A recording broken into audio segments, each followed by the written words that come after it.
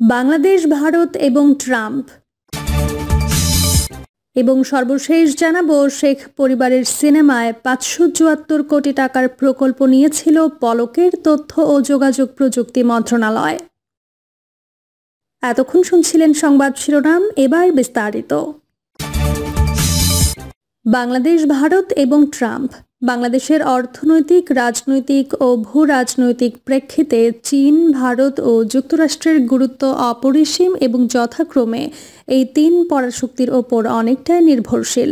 আর এই তিন পরাশক্তিরই পারস্পরিক সম্পর্ক ও প্রতিদ্বন্দ্বিতা পুরো বিশ্বের সার্বিক প্রেক্ষাপটে প্রকট প্রভাব। বাংলাদেশের ক্ষেত্রে এই তিন পরাশক্তির ত্রিপাক্ষিক জটিলতা আরও গুরুত্ব বহন করে। বাংলাদেশের রাজনৈতিক পট পরিবর্তন এবং যুক্তরাষ্ট্রে ট্রাম্পের প্রত্যাবর্তনে এই প্রভাবের গুরুত্ব ও জটিলতা এখন তুঙ্গে। ট্রাম্প আসার পর থেকে ভারত আর যুক্তরাষ্ট্রের মধ্যে সম্পর্ক যেমন পরিবর্ধনের সম্ভাবনা তৈরি হবে, তেমনি বাংলাদেশের সঙ্গে ভারতের অতীত ও চলমান সম্পর্কের বিবেচনায় এই দুই প্রতিবেশীর ভবিষ্যৎ সম্পর্ক ও অংশীদারত্বের পরিসর গভীর এবং জটিলতা নিয়ে নতুন করে ভারতে বাধ্য করবে। ট্রাম্প আসার পর থেকে ভারত আর যুক্তরাষ্ট্রের মধ্যে সম্পর্ক যেমন পরিবর্ধনের সম্ভাবনা তৈরি হবে, তেমনি বাংলাদেশের সঙ্গে ভারতের অতীত ও চলমান সম্পর্কের বিবেচনায় এই দুই প্রতিবেশীর ভবিষ্যৎ সম্পর্ক ও অংশীদারত্বের পরিসর গভীর এবং জটিলতা নিয়ে নতুন করে ভাবতে বাধ্য করবে। বাংলাদেশ ভারতের সম্পর্ক যতটা গভীর ও ঘনিষ্ঠ, ততটাই গভীর ভারতের সঙ্গে বাংলাদেশের সম্পর্কের বিবর্তন। গত প্রায় এক দশকে ভারতের একপক্ষীয় পররাষ্ট্রনীতি, কুলীনতন্ত্র, একদলীয় রাজনৈতিক কাঠামো, ব্যক্তিকেন্দ্রিক আঞ্চলিক ও পররাষ্ট্রনীতির ঘেরাটোপে আবদ্ধ হয়ে যায়। আগস্ট মাসের গণ আন্দোলনের পর সেই ঘেরাটোপের সীমাবদ্ধতাগুলো বাংলাদেশের বর্তমান সরকার উত্তরণের প্রচেষ্টায় রয়েছে। এটা করতে গিয়ে বাংলাদেশ সরকার বেশ কয়েকটি পদক্ষেপ ও সিদ্ধান্ত নিয়েছে, যা বর্তমান ভারত সরকার অবান্ধব বলে আখ্যায়িত করেছে। বাংলাদেশের বিরুদ্ধে ভারতের গণমাধ্যমে ইতিমধ্যে বেশ সমালোচনার ঝড় উঠেছে। বাংলাদেশের বর্তমান সরকার যে ভারতের চেয়ে পাকিস্তানকে অধিক গুরুত্ব দিয়ে বেছে নেওয়ার নীতি অবলম্বন করছে, হিন্দুদের ওপর অত্যাচার, ধর্মীয় চরমপন্থা এবং ভারতের প্রতি বিদ্বেষমূলক আচরণে লিপ্ত, এমন জোর প্রচারণা ও সমালোচনা চলছে ভারতের গণমাধ্যম ও সরকারি পর্যায়ে।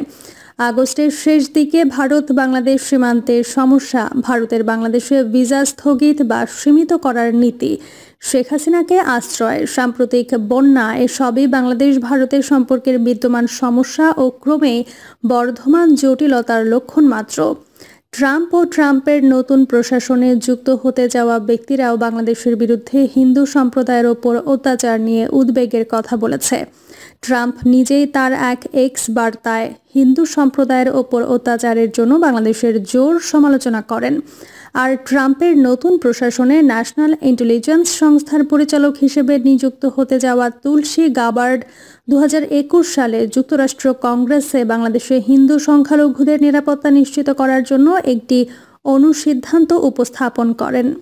ট্রাম্প প্রশাসন ক্ষমতায় অধিষ্ঠিত হয়ে বিশ্বব্যাপী এক চীন বিরোধী অভিযানে নামবে, সেটা তো ট্রাম্পের গত প্রশাসন এবং এবারের নির্বাচনী প্রচারণা তার বার্তা থেকেই পরিষ্কার।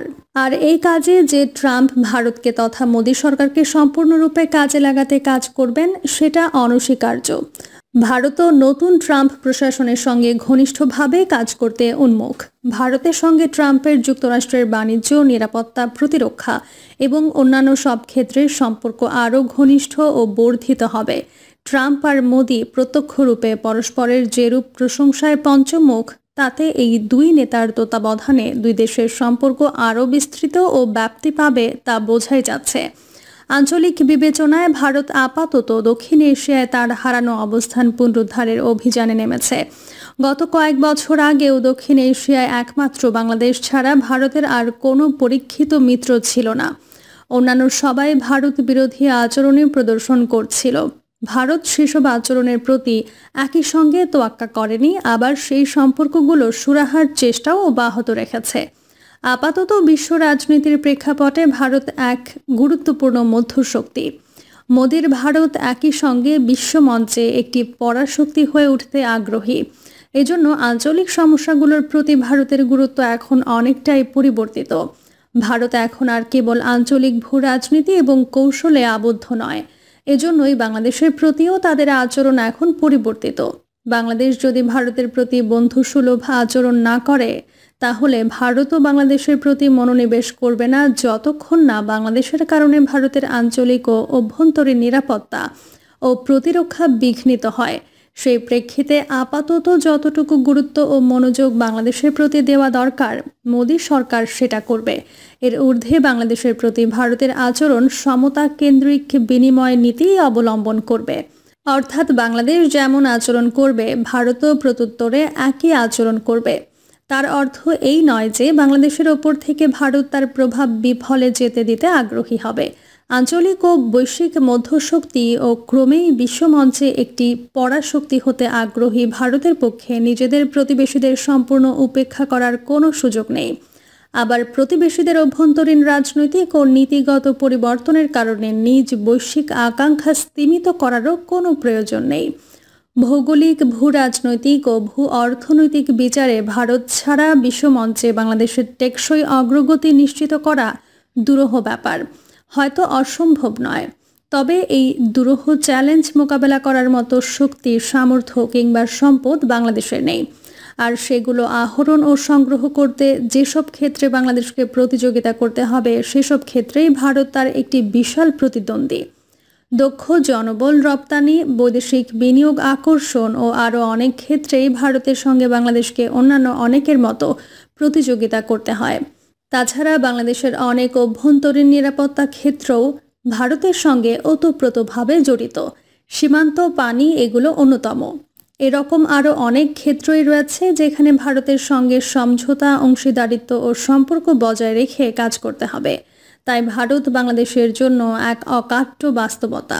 ট্রাম্পের আগমনে মোদি এবং তার প্রশাসন যেমন আপ্লুত, তেমনি অনেক দেশ শঙ্কিত। এর মধ্যে বাংলাদেশও রয়েছে। বাংলাদেশের বর্তমান সরকারের প্রতি কি ট্রাম্প প্রশাসনের পূর্ণ সমর্থন থাকবে? হিলারির বন্ধু ডক্টর ইউনূসকে ট্রাম্প প্রশাসন পূর্ণ সহযোগিতা দেবে? নতুন সরকারের বৈধতা ও গত হওয়া হাসিনা সরকারের পুনঃপ্রতিষ্ঠা নিয়ে চলমান গুঞ্জন কি কোনো আলোড়ন তৈরি করে বসবে কিনা? যথারীতি বাংলাদেশের হিন্দু সম্প্রদায়ের সঙ্গে ভারতের সংশ্লিষ্টতা এবং বাংলাদেশে তাদের বিরুদ্ধে যে কোনো সমস্যাকে বাংলাদেশের বিরুদ্ধে সার্বিক ও বড় পরিসরে মানবাধিকার লঙ্ঘনের অভিযোগের চ্যালেঞ্জ তৈরি করবে কিনা? এরকম আরও অনেক প্রশ্ন এখন আন্তর্জাতিক বিশেষজ্ঞ, নীতি নির্ধারক, শিক্ষাঙ্গন, কূটনীতিক পাড়া, গণমাধ্যম এবং রাজনৈতিক অঙ্গনে ঘুরপাক খাচ্ছে। এই প্রশ্নগুলোর অনেকগুলোই অবান্তর হয়তো, আবার অনেকগুলো অত্যন্ত বাস্তব ও প্রাসঙ্গিক। আসন্ন মাসগুলোতে বাংলাদেশের সংশ্লিষ্ট সবারই নতুন সম্ভাব্য আন্তর্জাতিক বিষয়ক চ্যালেঞ্জ, আঞ্চলিক সংশ্লিষ্টতা এবং দ্বিপাক্ষিক সম্পর্ক গুরুত্ব নিয়ে বিবেচনা করতে হবে এবং কৌশল নিরূপণ করতে হবে। ট্রাম্প আর মোদি দুজনই ব্যক্তি জনপ্রিয়তা নির্ভর, অর্থাৎ পপুলিস্ট নেতা।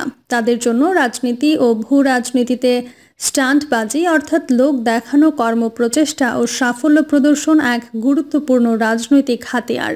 ট্রাম্প ক্ষমতায় এলেই তার প্রশাসনের অনেকেও একই নীতি অবলম্বন করবেন, শীর্ষ নেতৃত্বের মূল্যবোধ ও আচরণের সঙ্গে একতা প্রদর্শনে। আর মোদির বিজেপি গত বছরগুলোর তুলনায় এখন ভারতে কিছুটা ম্লান ও অজনপ্রিয় সময় অতিবাহিত করছে। ইতোমধ্যেই সংবাদ এসেছে যে যুক্তরাষ্ট্রে বসবাসরত ভারতীয়রা ট্রাম্প ক্ষমতায় এলেই বাংলাদেশের ওপর নিষেধাজ্ঞার দাবি তুলবেন, সেই লক্ষ্যে কাজও করবেন। বিদেশি যত সম্প্রদায়ের বাংলাদেশের সঙ্গে ভারতের বিদ্যমান সমস্যাগুলোর দ্রুত ও ভারতপন্থী সমাধান প্রণয়ন করা মোদি সরকারের জন্য নিশ্চয়ই সেই সাফল্য প্রদর্শনে কার্যকরী ভূমিকা রাখবে। ট্রাম্প নিজে হয়তো বাংলাদেশ নিয়ে অতটা সময় ব্যয় করবেন না, কিন্তু প্রাণের মিত্র মোদিকে এদিকটায় আবার পূর্ণ স্বাধীনতা প্রদানের নীতি অবলম্বন করতে পারেন সম্ভবত। ট্রাম্পের এই নীতি অনুসরণে যুক্তরাষ্ট্রের দক্ষিণ এশিয়ার দায়িত্বাধীন কর্মকর্তারাও হয়তো বাংলাদেশের প্রতি একই আচরণ ও ভারতের প্রতি আরও সমর্থন প্রদর্শন করবে। এগুলো সবই বাংলাদেশের জন্য এখন এক সত্য ও বাস্তব দুশ্চিন্তা। তাই সংশ্লিষ্টদের উচিত ট্রাম্পের হোয়াইট হাউসে বসার পর এসব সম্ভাব্য চ্যালেঞ্জ মোকাবেলার সম্ভাব্য কৌশল পরিকল্পনা নিয়ে আলোচনা করা। ট্রাম্পের আগমন বিশ্ব রাজনীতিকে নতুন নতুন জটিলতায় ফেলবে। বাংলাদেশকেও এসব চ্যালেঞ্জ মোকাবেলা করতে প্রস্তুত হতে হবে। প্রিয় দর্শক, এই ছিল এখনকার সর্বশেষ সংবাদ। আপডেট সব সংবাদ পেতে চ্যানেলটি সাবস্ক্রাইব করে বেল আইকনটি ক্লিক করে রাখুন।